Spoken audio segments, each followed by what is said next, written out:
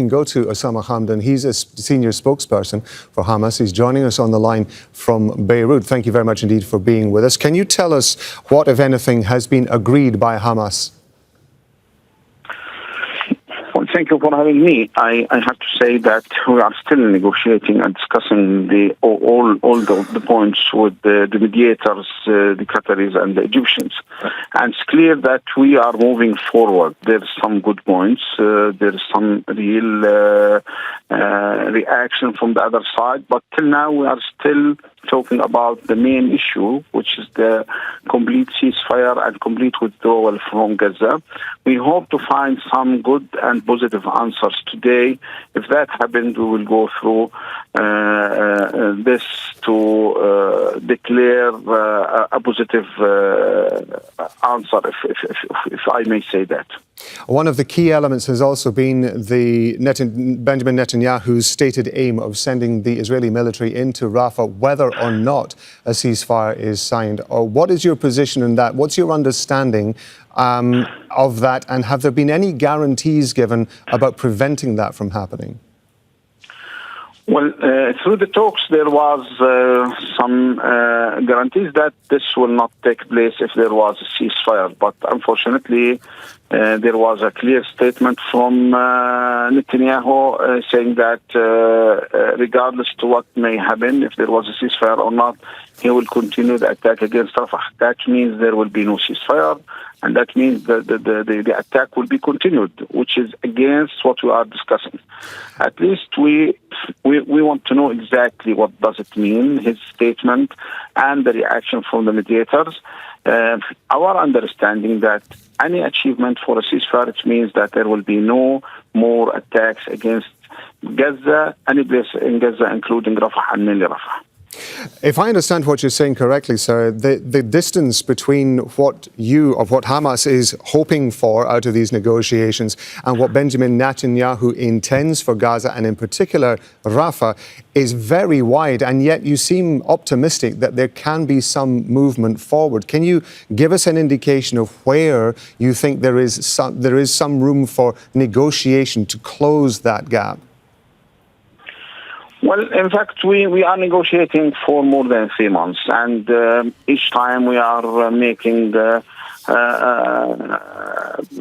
some forward steps, but we didn't achieve what really we want, which is a complete ceasefire and withdrawal from Gaza.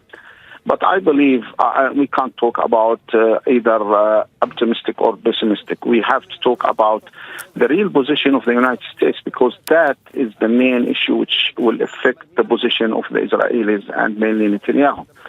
If the United States administration have said clearly to Netanyahu, enough is enough, you have to do this and that, I assure you that will happen.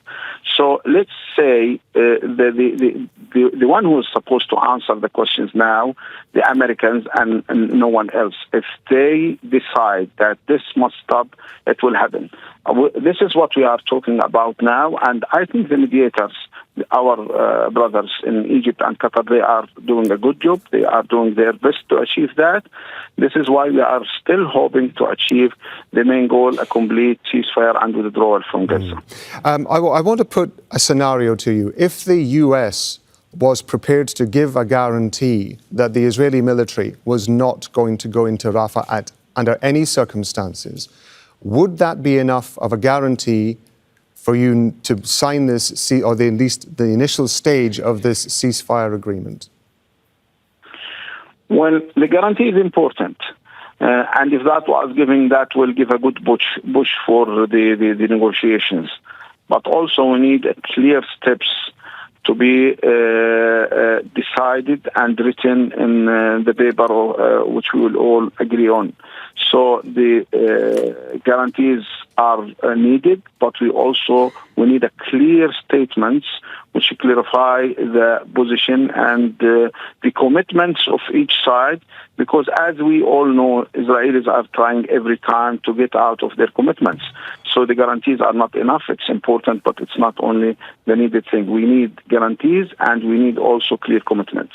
Can I clarify with you, sir, the way, the logistics of what is playing out here? Are we talking about an aim to get a final permanent agreement on a long-term ceasefire, or are we talking about the initial stage of several stages working towards an eventual permanent ceasefire? Well, what we are talking about is a complete arrangement. We are not talking just about the first stage. We are talking about an arrangement including the three stages and a long-term ceasefire, and that was clear in our position from day number one. Antony Blinken, the US Secretary of State, said in his recent visit to Israel that the pressure was on Hamas to accept any sort of ceasefire agreement, though certainly the one that Israel had put forward, by making concessions, should you choose to do so, in the negotiations later on today. Do you feel that takes the pressure off Hamas and places it back with Israel? Well, it's clear that, like what Mr. Blinken have said, most of the time the pressure was on Hamas. And I believe now they understand well that the one who's undermining the process all the time was Netanyahu himself. So they need to make a real pressure on the Israeli side, because he is the occupier, he is the attacker, he is the killer, he is the side who is doing the genocide in Gaza. More pressure on Netanyahu will make us close to make the needed arrangements. I believe that if Mr. Blinken spent some few more hours in Tel Aviv, he will achieve the needed arrangement rather than talking about pressure on Hamas. One final question, sir. I want to ask you, in terms of what the timescale that you're talking about, in your assessment, how close is Hamas and Israel to reaching a deal that will eventually see the fighting stop in Gaza? Well, I have to say, we need to hear one sentence from the mediators as a commitment from Israel. A complete ceasefire, complete withdrawal from Gaza, rebuilding Gaza. If that happened, I have to add also, with a fair prisoner exchange. If that was a commitment from Israel, I think we will achieve directly the needed arrangements. Osama Hamdan, Senior Spokesperson for Hamas, we appreciate it. Thank you very much indeed. Make sure to subscribe to our channel to get the latest news from Al Jazeera.